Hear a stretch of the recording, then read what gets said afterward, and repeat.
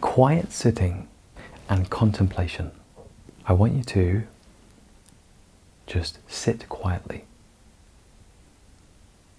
Just sit quietly. And what I want you to notice that happens is you will naturally begin to contemplate. So as you just sit and you be, your mind will wander. And for me, man, my mind wanders to logistical things that I need to do. Pretty much like, after this, later, tomorrow, that kind of thing. So I let my mind do that. And then, once I realize, okay, I've thought about the things that my mind needs to think about for my survival, I bring myself back.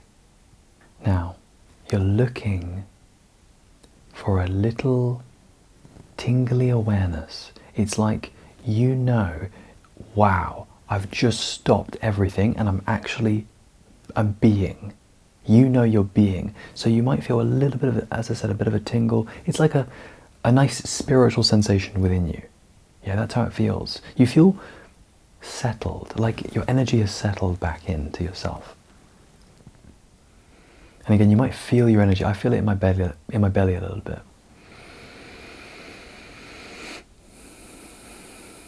You can also feel it up here a little bit. I can, at least. So now, what I want you to do is, I want you to allow your mind to contemplate. If you don't know what contemplation means, or to contemplate, it means to think deeply and deliberately in a conscious manner. It's to ask a question and sit with it. It's to meditate on something.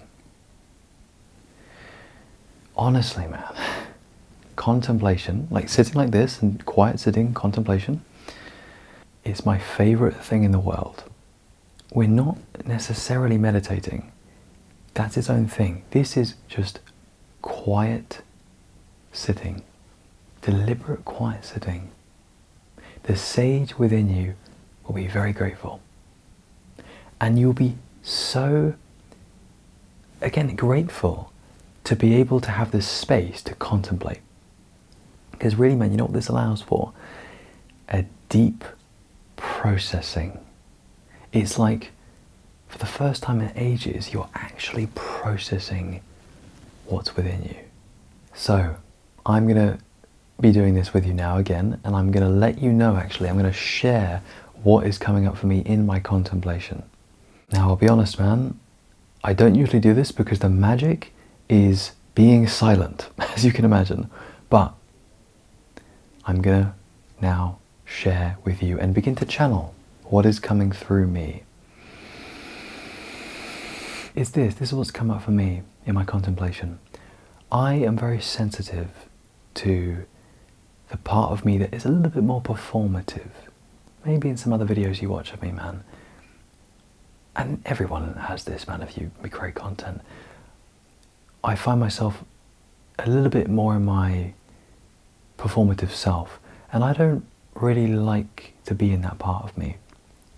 I don't mind it, and part of it's necessary, but my favourite place to be is here.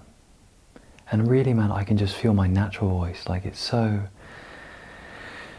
strange, man, but it kind of feels like heavenly for me. It's like a very peaceful, just effortless being. It's the voice of being, and there's a bit of joy coming up, actually, man. And also there's a bit of self-judgment coming up. It's like, oh, who are you to have such a nice experience? Which is interesting. And really, man, this is not what I mean by contemplation. So let me go deeper and more.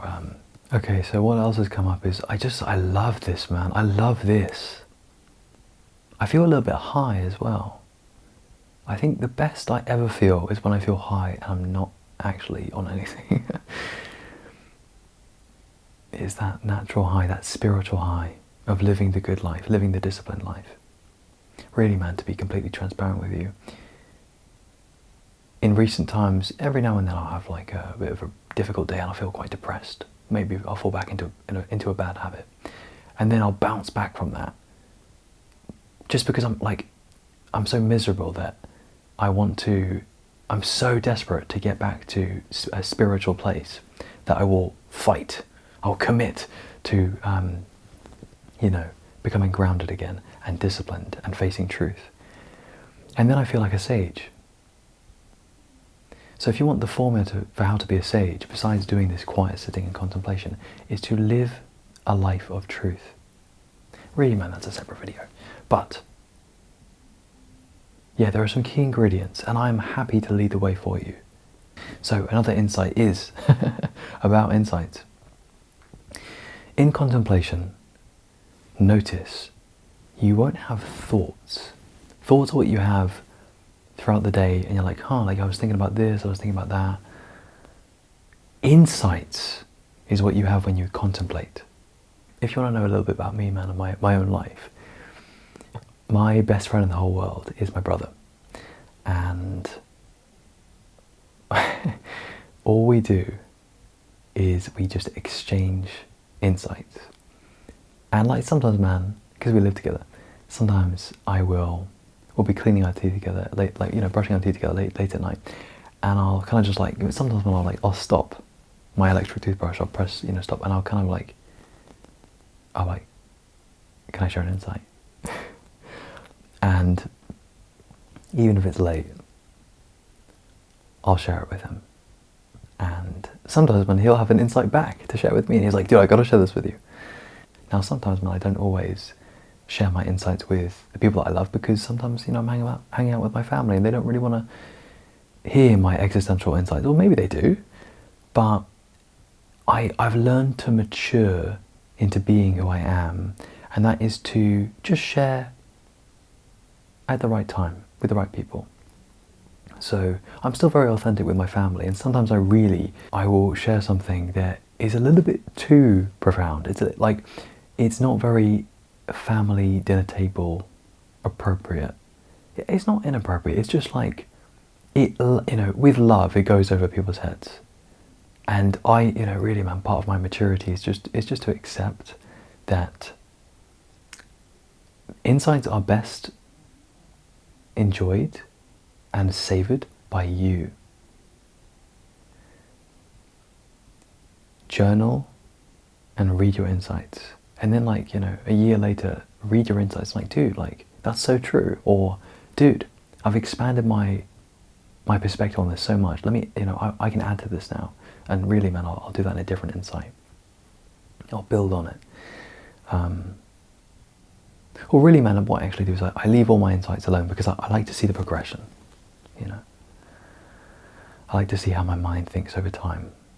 Or really, again, I don't really like the word thinks. Contemplates. Makes sense of reality. Yeah. Anyway, man, let's go for a final little bit of a contemplation period here. Okay, I got my final insight for you, man.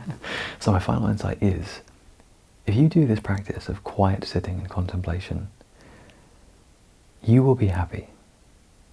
You will actually feel happiness. If I could try and describe it for you, man, it's like a calm presence, but it's divine. So it's not just I'm all calm and stuff. It's no. I finally feel here. And there's just a peacefulness to it. And you realize all you ever want in life is just this. Which is why I recommend, as a daily habit, I recommend that you do a quiet sit and some contemplation.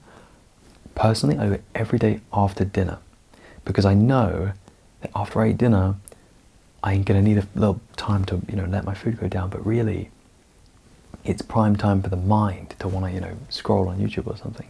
So I realized through experimentation that the best thing to do is to sit and be and contemplate. And again, it's not that you're actively contemplating, you're sitting, you're settling, and then naturally you will begin to contemplate. I look forward to sharing more of my life, and I hope today that you've been able to understand what quiet sitting means and contemplation means. And that's going to be it for me. So, good luck, man. Good luck. I wish you well. And I shall see you in the next one.